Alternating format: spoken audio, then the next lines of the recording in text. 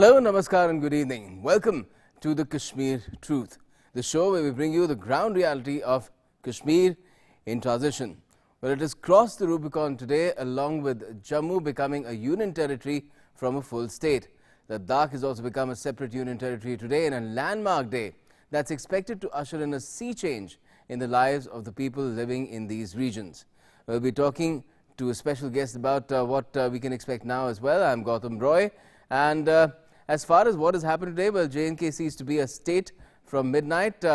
President's rule also is no longer there because the moment of truth really came with the swearing in of the two lieutenant governors. Union Expenditure Secretary Girish Chandra Murmu and former Defence Secretary Radhakrishnan Mathur were administered the oath of office in Srinagar and Leh. J&KLG was administered the oath by Jammu and Kashmir Chief Justice Geeta Mittal at Raj Bhavan. His warrant of appointment was also read out by Chief Secretary BVR Subramaniam. BJP leader Jugal Kishore and Rajya Sabha MP and PDP member Nazir Lave were among the over 250 guests that were present at the simple ceremony. Prior to Srinagar, the Chief Justice was in Leh, where she administered the oath of office to Ladakh LG Mathur as well. The event was attended by officials of the Leh and Kargil Hill Councils, army and paramilitary forces, religious leaders and the general public. Now, this is the first time a state has been bifurcated into two union territories. समझता हूँ कि being a Kashmiri आज से जम्मू कश्मीर की एक नई शुरुआत हुई है। आज से पहले 70 साल जो एक कॉन्स्टिट्यूशनल फ्रॉड हुआ था या कॉन्स्टिट्यूशनल एरर हुआ था, उसका सुधार मरकजी सरकार जो भारतीय जनता पार्टी की क़यादत वाली मोदी सरकार आप कह सकते हैं, उन्होंने 5 अगस्त को जो फैसला लिया, आज कानूनी तौर पर आज की शुरुआत हुई है। मैं समझता हूं कि एक तवारीख का एक नया बाब खुल गया है। ये गवर्नमेंट ऑफ इंडिया का एक बेहतरीन इनिशिएटिव है जम्मू कश्मीर की डेवलपमेंट के लिए। ये बात गलत है कि यूटी बनने से यहाँ की जो नौकरियाँ से वो चली गई हैं, ऐसा नहीं है। जो यहाँ जो पहले से यहाँ सर्विस में हैं, उनको कौन निकाल सकता है? एक प्रोपेगेंडा है। ऐसा नहीं है कि यहाँ की जो एम्प्लॉयमेंट थी वो ख़त्म हो गई है या किसी की नौकरी चली गई है, ऐसा नहीं। यहाँ पे अब जो रोज़गार के मौके जो फराहम होंगे, जिनकी दुकानें यहाँ चलती थी पिछले 70 सालों से, चंद खानदानों के लिए यहाँ पर जो सरकार चलती थी, मीडिया हाउस उनके इशारे पर चलते थे, उनकी बात जो है उसको प्रोपेगेट करते थे। अदरवाइज यहाँ जो असल हालात हैं, असल ग्राउंड लेवल पे जो लोग हैं वो तंग आ चुके थे इन लोगों की तानाशाही से। अब लोगों को ये बिलीव है, यकीन है। ये आप सीधी तस्वीरें इस वक्त देख रहे हैं। जर्मन चांसलर एंगेला मर्केल इस वक्त राष्ट्रपिता महात्मा गांधी की समाधि राजघाट पहुंच चुकी हैं, जहां पर वो राष्ट्रपिता को पुष्पांजलि अर्पित करेंगी। और अब से कुछ ही देर पहले जर्मन चांसलर का पारंपरिक स्वागत किया गया राष्ट्रपति भवन में प्रधानमंत्री नरेंद्र मोदी के द्वारा। और उसके बाद जर्मन चांसलर पहुंच चुकी हैं राजघाट, जहां वो राष्ट्रपिता महात्मा गांधी को पुष्पांजलि अर्पित कर रही हैं।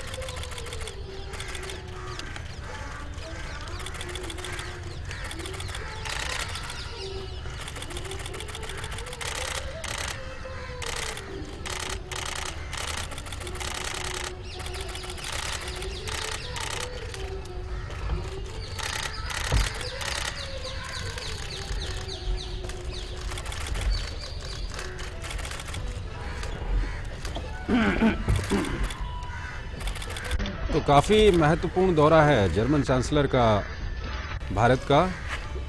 एक तो इंटर गवर्नमेंटल कंसल्टेशन दोनों देशों के बीच में होना है, जिसमें प्रधानमंत्री नरेंद्र मोदी और जर्मन चांसलर एंगेला मर्केल द्विपक्षीय बातचीत करेंगी और कई सारे क्षेत्रीय, वैश्विक, आर्थिक और दूसरे मुद्दों पर बातचीत होगी। दोनों देशों के बीच में किस तरह से साझेदारी को और आगे बढ़ाया जाए, उसको लेकर के बातचीत होगी। और ये माना जा रहा है कि आतंकवाद का मसला दोनों नेताओं के बीच में जब बातचीत होगी, काफ़ी प्रमुखता से उस मसले पर बातचीत हो सकती है, क्योंकि अगर अंतर्राष्ट्रीय आतंकवाद की हम बात करें तो जर्मनी भी उन देशों में से है जहां पर कई सारी आतंकी घटनाएं पिछले सालों में हुई हैं। और आतंकवाद एक ऐसा मुद्दा है जिस पर दोनों नेताओं के बीच में बातचीत हो सकती है, प्रधानमंत्री नरेंद्र मोदी और जर्मन चांसलर एंगेला मार्केल के बीच में। और ये काफ़ी महत्वपूर्ण जर्मन चांसलर का दौरा है। अगर दोनों देशों के व्यापारिक संबंधों को आगे बढ़ाने की हम बात करें तो काफ़ी महत्वपूर्ण ये दौरा है। वो कौन कौन से क्षेत्र हैं जिस पर दोनों देश और आगे बढ़ सकते हैं, इसको लेकर के दोनों नेताओं के बीच में बातचीत होगी। और जर्मन चांसलर कल दिल्ली पहुंची थीं और वो अपने भारत दौरे के दौरान उनके कई कार्यक्रम हैं, जिनमें से एक महत्वपूर्ण कार्यक्रम प्रधानमंत्री से मुलाकात का है। और इस वक्त वो विजिटर्स बुक में लिख रही हैं वहाँ पर। और आपको बता दें कि काफ़ी महत्वपूर्ण जर्मन चांसलर का ये दौरा है भारत का।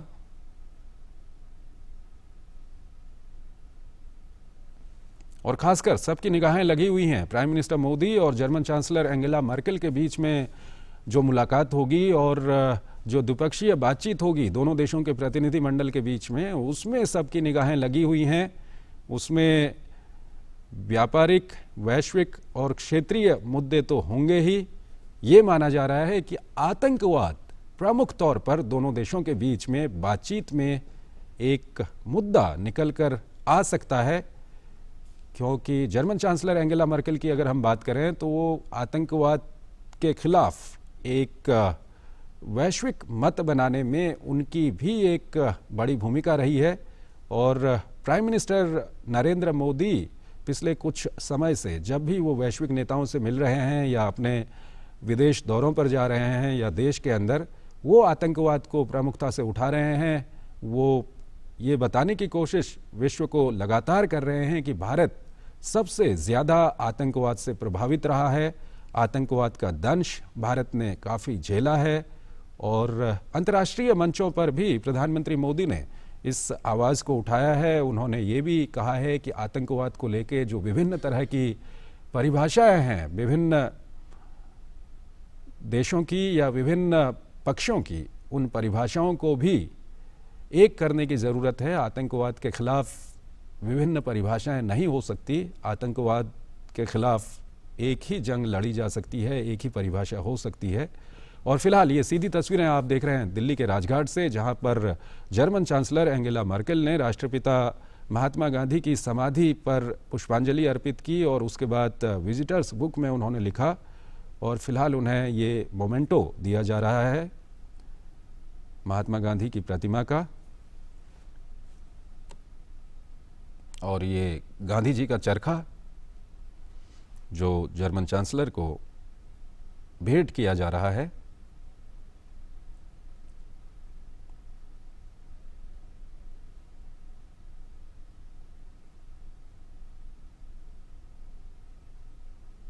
और इस कार्यक्रम के बाद जर्मन चांसलर का जो आधिकारिक कार्यक्रम है वो शुरू हो जाएंगे, जिसमें दोनों देशों के बीच प्रतिनिधिमंडल स्तर की बातचीत, दोनों देशों की सरकारों के बीच में बातचीत, प्रधानमंत्री नरेंद्र मोदी के साथ मुलाकात और दोनों नेताओं के बीच में बातचीत। सबकी नज़रें आज दिन भर इस मुलाकात पर लगी रहेंगी। और आइए आपको एक बार फिर हम कश्मीर के सच की ओर लिए चलते हैं। आप देखिए कश्मीर का सच। हराम होंगे जिनकी दुकानें यहाँ चलती थी पिछले 70 सालों से, चंद खानदानों के लिए यहाँ पर जो सरकार चलती थी, मीडिया हाउस उनके इशारे पर चलते थे, उनकी बात जो है उसको प्रोपोगेट करते थे। अदरवाइज यहाँ जो असल हालात हैं, असल ग्राउंड लेवल पे जो लोग हैं वो तंग आ चुके थे इन लोगों की तानाशाही से। अब लोगों को ये बिलीव है, यकीन है कि शायद अब उनका बिल्कुल वो खानदानी राज था उनका, जो कि ख़त्म हो चुका है। अब यूटी से हमें बहुत कुछ विकास इंशाल्लाह मिलेगा। सबसे बड़ी बात है जो यहाँ का आम नागरिक है, जो आम मुलाजिम है, उसको ग्रेडिंग जो है ना, अब तो सेंटर की ग्रेडिंग उसका हो रहा है। उसके लिए उसके बच्चों के लिए क्वालिफिकेशन के लिए मतलब एजुकेशन के लिए पैसे सेंटर गवर्नमेंट पैसा दे रहे हैं। इससे पहले ये नहीं था, मेडिकल एड, बहुत सारी फैसिलिटीज। आम इंसान ज़्यादा फील मतलब ज़्यादा सिक्योर फील कर रहा है तब से लेके मतलब इससे पहले जब यहाँ जम्मू कश्मीर स्टेट था, यूनियन टेरिटरी में हम लोगों को आम जनता को फायदा है। But China struck a discordant note today over the big change in Jammu and Kashmir as well as Ladakh, objecting to the Indian government's move. India hit right back with the Ministry of External Affairs saying that China is well aware of India's consistent and clear position on this issue. The matter of reorganization of the erstwhile state of Jammu and Kashmir into two Union territories of Jammu and Kashmir and Ladakh is entirely an internal affair of India. The MAA spokesperson reiterated India's stand on J&K, saying that the Union territories of Jammu and Kashmir and Ladakh are integral parts of India. India expects other countries to respect its sovereignty and territorial integrity. The matter of reorganization of the erstwhile state of Jammu and Kashmir into the Union territories of Jammu and Kashmir and Ladakh is entirely an internal affair of India. We do not expect other countries, including China, to comment on the matters which are internal to India. The Union territories of Jammu and Kashmir and Ladakh are integral part of India. We expect other countries to respect India's sovereignty and territorial integrity. Ravish Kumar further said that China continues to be in occupation of a large tract of area in the Union territories of Jammu and Kashmir and Ladakh, and it has also illegally acquired Indian territories from Pakistan-occupied Kashmir under the so-called China-Pakistan Boundary Agreement of 1963. China continues to be in the occupation of a large tract of area in the Union territories of Jammu and Kashmir and Ladakh.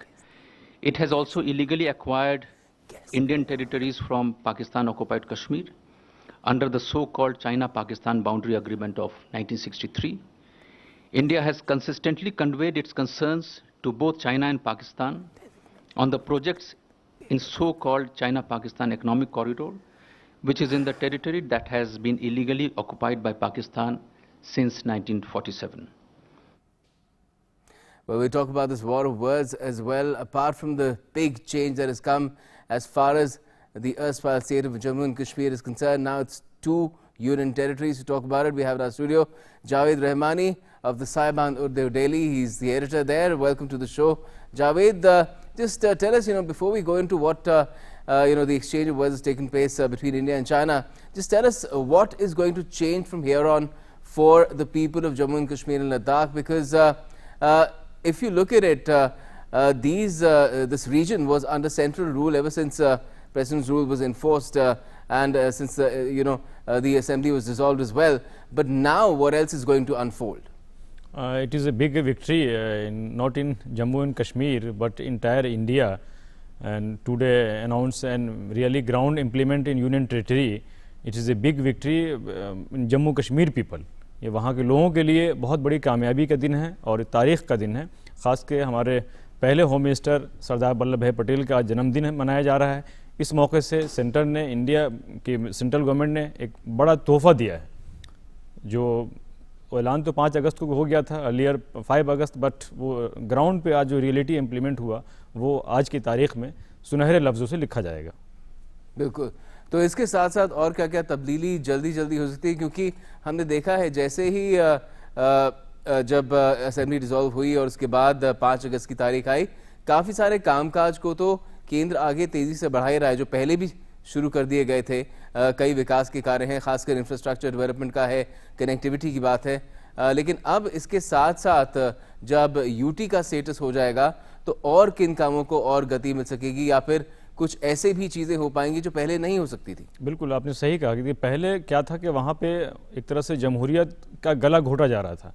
वहाँ पे सिर्फ 2 परिवार का एक वर्चस्व कहें आप, dominant कहें, वो उनका चल रहा था। यूनियन टेरिटरी आज से जो हुआ है, तो आज पूरे जो भारत में अनदर यूनियन टेरिटरी है, तकरीबन टोटल 9 हो गए, पहले 7 थे, अब 2 और ऐड कर दिए गए। तो उन सब के साथ जो हमारे प्रधानमंत्री का जो सपना है, एक भारत श्रेष्ठ भारत, उसमें एक बड़ी कामयाबी की तरफ हम जा रहे हैं। और यकीनन जो है वहाँ के जो लोकल वहाँ के लोग हैं, उनको बड़ी खुशी मिल रही है कि अब हमारे हक जो हैं वो सलब नहीं किए जाएंगे, हकूक़ हमें मिल जाएंगे। ख़ास कर उनके बच्चों को वो मेडिकल की फैसिलिटी वहाँ मिलेगी, अच्छी नौकरियाँ मिलेंगी, अच्छे स्कूल मिलेंगे। ये सब जो है वहाँ पे प्रोग्रेस नज़र आएगा आपको। ये किस तरह से आपको लगता है कि ये सब अंजाम इन सब को दिया जाएगा?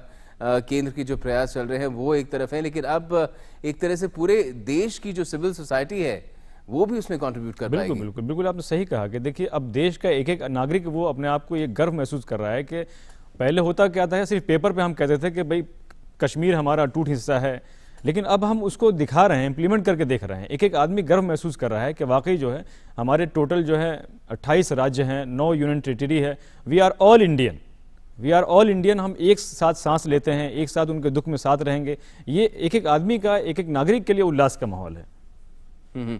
और जो और तब्दीलियाँ आ रही हैं, जैसे कि ज़मीन का इख्तियार अभी भी जम्मू कश्मीर की बात करें, चाहे वो यूनियन केंद्र शासित प्रदेश हो जाएगा, लेकिन ज़मीन का जो इख्तियार होगा वो अभी भी जो चुनी हुई सरकार होगी उसके ऊपर होगा। तो इसके साथ साथ जो सब तब्दीलियाँ आ रही हैं, खासकर कॉर्पोरेट सेक्टर में बहुत बात हो रही है, टूरिज्म में बहुत बात हो रही है कि निजी पूंजी भी आएगी, निजी लोग निवेश करेंगे वहाँ पर, उससे नौकरियाँ भी मिलेंगी। इसमें आपको लगता है कि अब तेज़ी आएगी? बिल्कुल, देखिए कश्मीर का जो 90% अगर हम कहें तो वहाँ के टूरिस्ट पे वहाँ की इकोनॉमी डिपेंड करती है। अब वो इकोनॉमी में फिर से मैं देख रहा हूँ कि मैं देख रहा था अभी पिछले हफ्ते जो है वहाँ पर बड़ी तादाद में सैलानी वहाँ पे आ रहे हैं, ख़ास करके इंडिया से बाहर के लोग टूरिस्ट वहाँ पे आ रहे हैं। ये सब जो एक अच्छा वातावरण मिलेगा उनको, अच्छा माहौल जो मिलेगा, ख़ास कर जो सरकार वहाँ पे सिक्योरिटी का इंतजाम कर रही है, वो एक लोगों में सही मैसेज आ रहा है। लोगों में जो डर था वो ख़त्म होता जा रहा है। बिल्कुल, लॉ एंड ऑर्डर एक तरह से पूरी तरह अब केंद्र के अधीन होगा। एलजी उसको देखेंगे, वहाँ पर आज उनका अपॉइंटमेंट भी हो गया है और उनका जो एक तरह से अतीत रहा है, एक पृष्ठभूमि रही है, वो भी जो उनको रोल दिया गया है। पहली बार ऐसे हुआ है कि एक सेवा में रहते हुए एक नौकरशाह वहाँ पर अब पहले एलजी बनकर गए हैं। आपको लगता है कि ये भी एक बड़ी उपलब्धि रहेगी आने वाले दिनों में? It is a good indication, और चूंकि उनको एक्सपीरियंस भी है, उन्होंने काम किया है पहले, चूंकि जो सर्विस में ऑलरेडी पहले रह चुके हैं, उनको एक एक पब्लिक के नब्ज का पता होता है कि हमें क्या इंप्लीमेंट करना है, वो वाकई वहाँ पे इंप्लीमेंट हो रहा नहीं हो रहा है। तो ये एक बड़ा मसला था, पहले ये सब चीज़ें कंट्रोल नहीं था सेंट्रल गवर्नमेंट के हाथ में। अब यूनियन टेरिटरी होने के बाद जो है एलजी जो है बराह रास्त सीधे एक एक चीज़ को वॉच कर सकता है और उसके हाथ में, ताकि वो सीधा पब्लिक को उसका बेनिफिट मिलना चाहिए। यूथ में एक अच्छा मैसेज जा रहा है। और आतंक और पाकिस्तान की जो चुनौती और जिस तरह की चाइना के स्वर भी आज सुनाई दिए हैं, उस सब से मुकाबला करने में ज़मीनी स्तर पर किस तरह की और मजबूती मिलेगी? मुकाबला तो हम करते ही आए हैं और काफ़ी पुरजोर तरीके से मुकाबला हुआ है। इतने सारे आतंकवादी ढेर भी हुए हैं, हमने देखा है हाल के दिनों में भी आतंकवादियों को निशाने पर लिया गया है। लेकिन अब और किस तरह से आतंक के खिलाफ जो जंग चल रही है, खासकर कश्मीर में, उसको जोर मिलेगा? देखिए, चैलेंजेस तो भारत को हमेशा रहा है और भारत ने उसका डट का मुकाबला किया है। ये तो हमारी एक डेवलपमेंट कंटिन्यू, एक हमारा प्रोग्रेस का हिस्सा है। हमें उन चीज़ों से जाहिर है भाई, जब ऐसा वक्त आता है तो हम उसको हैंडल करने के भी हमारे प्राइम मिनिस्टर के पास पूरी कैपेसिटी है, इंडिया पूरी तरह फेस करता है। लेकिन फिर भी भारत हमेशा वो वातावरण प्यार का बना के चलता है, ताकि एक डिप्लोमेसी जो है वो उसका मेंटेन रहे।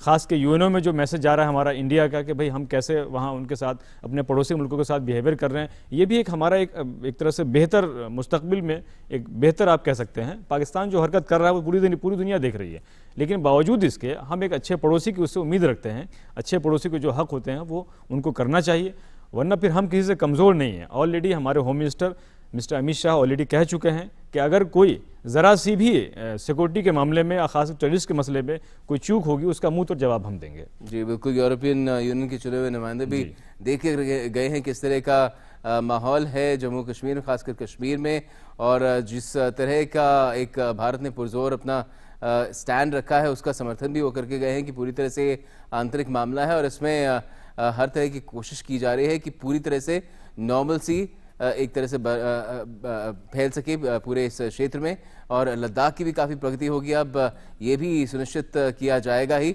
बहुत बहुत शुक्रिया आप हमारे स्टूडियो में, उसके लिए thank you for joining us this evening.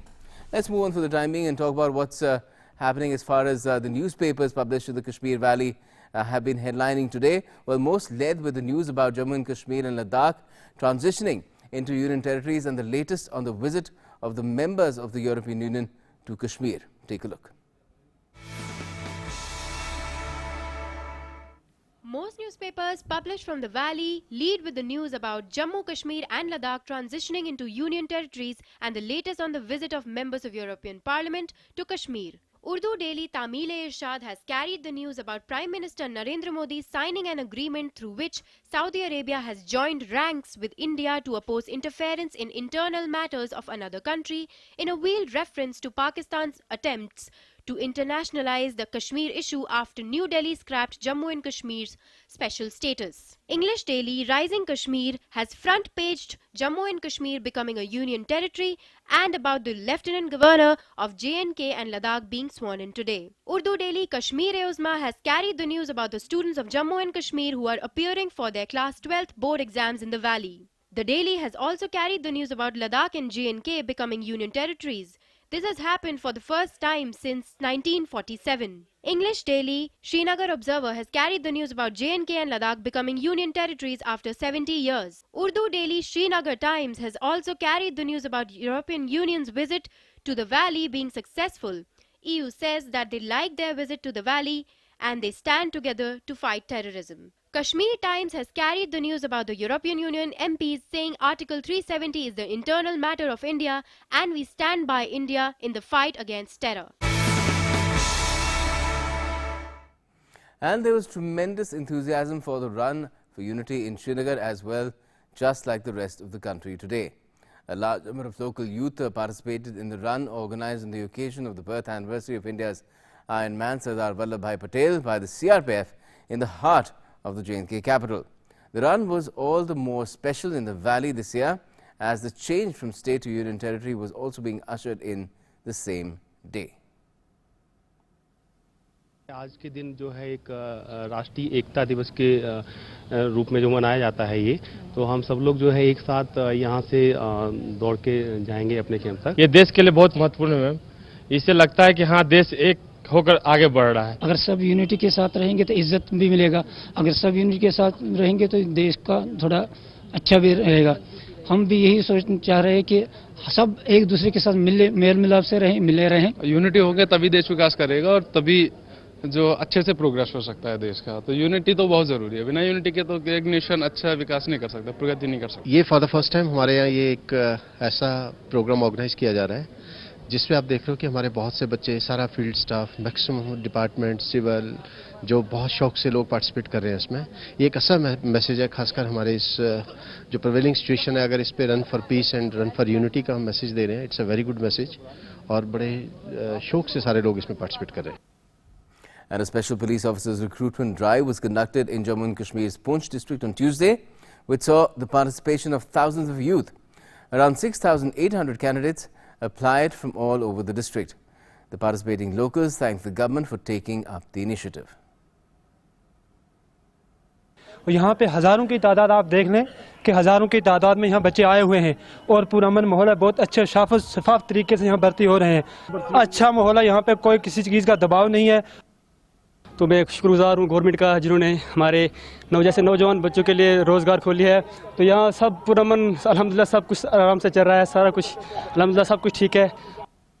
Jammu Kashmir police ने बहुत अच्छी तरह से करवाई है सर, तो इसमें कोई हम पे दबाव नहीं है और अच्छी भर्ती हो रही है, नौजवान बढ़ के हिस्सा ले रहे हैं सर। हम गवर्नमेंट से ये अपील करना चाहते हैं कि आइंदा आज के बाद भी ऐसी ही भर्तियाँ होनी चाहिए।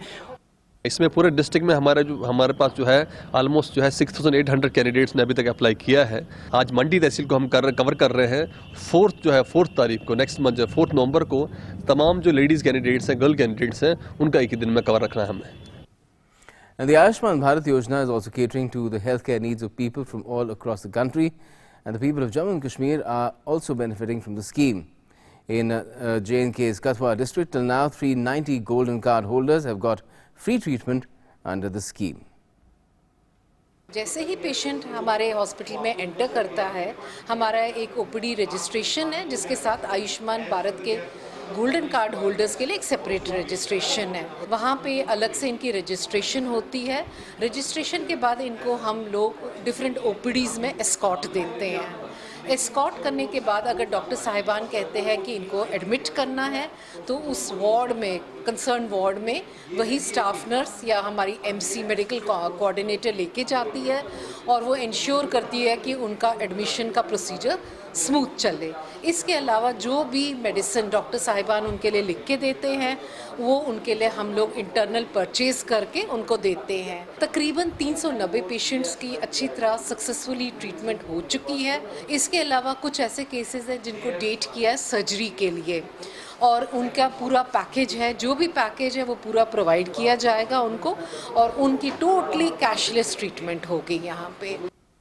Now, the flower industry in Doda district of Jammu and Kashmir is also booming these days, and it is mainly due to the increase in demand for flowers in the market. Farmers who were earlier into growing other crops like maize, rice, pulses and what have you have now moved on and are getting into cultivating flowers as it is giving them good returns as compared to what they were earning earlier. A major part of the region has moved on to cultivating flowers because of this, and it is not just the older farmers but even the educated youth of the region who are showing interest in growing flowers. ये floriculture जो है यहाँ पे adopt किया है तकरीबन 10 साल हो गए, और इससे फ़ायदा ये है कि अगर यहाँ पे मक्की लगाई जाती थी उससे ज़्यादा इसको डबल पैसा मिलता है। यानी मैं आपको कह रहा हूँ कि डबल पैसा आता है। और कनक वगैरह लगाते थे पहले, लेकिन वो इनने सब ने ख़त्म कर दिया और अब यही फ्लोरिकल्चर पे काफ़ी फोकस दे। हमारे इलाके में तकरीबन ये गाँव हैं 60-70 गाँव हैं, और मुश्किल से कोई 10 गांव बचे होंगे जहां फ्लोरिकल्चर का फ्लो नहीं है। बाकी जो है 50-60 गांव में फ्लोरिकल्चर फ्लो बहुत ज़बरदस्त है। लोग इसलिए अडॉप्ट कर रहे हैं कि उनको 4 पैसे ज़्यादा मिल रहे हैं, और खुश रहने की बात नहीं है। जो पढ़ा लिखा तबका नौजवान है वो भी यहाँ पे बहुत खुश है इस फ्लोरिकल्चर की वजह से। मैंने सीड लाया 1 कनाल के लिए, तो 1 कनाल से मैंने शुरू करते करते तो 40-50 कनाल तक अब लगा रहे हैं फूल। फ़ायदा तो काफ़ी है। पहले तो हम मतलब यही मक्की वगैरह लगाते थे, दहन लगाते थे, और जब से हमने ये फूल लगाना शुरू कर दिया तो इससे हमें बहुत काफ़ी फ़ायदा हुआ। तो बढ़ाते बढ़ाते इस वक्त हमारा इलाका किलाड़ है, कम से कम 70-80-100 गाँव हैं यहाँ। तो मेरे ख्याल में यहाँ तकरीबन जो कि कुछ एरिया है 1-2-4 गाँव यहाँ 10 होंगे कि जिसमें फूल नहीं लगता है, बाकी तो तकरीबन हर इलाके में फूल यहाँ लगता है। इसमें तो तकरीबन सारे लोग तो खुशी हैं जो भी फूल लगा रहे हैं। जो नौजवान तबका है, पढ़े लिखे हुए हैं, ग्रेजुएट हैं, वो भी इसमें फूल मतलब लगा रहे हैं। उनको फ़ायदा हो रहा है तो तभी वो लगा रहे हैं। And with the J&K Reorganization Act coming into effect in Jammu and Kashmir and Ladakh, they will now be union territories, and there is renewed hope of the region blooming and blossoming further on as well. That's what we have in the Kashmir Truth for tonight. For all the latest, do stay tuned to DD India.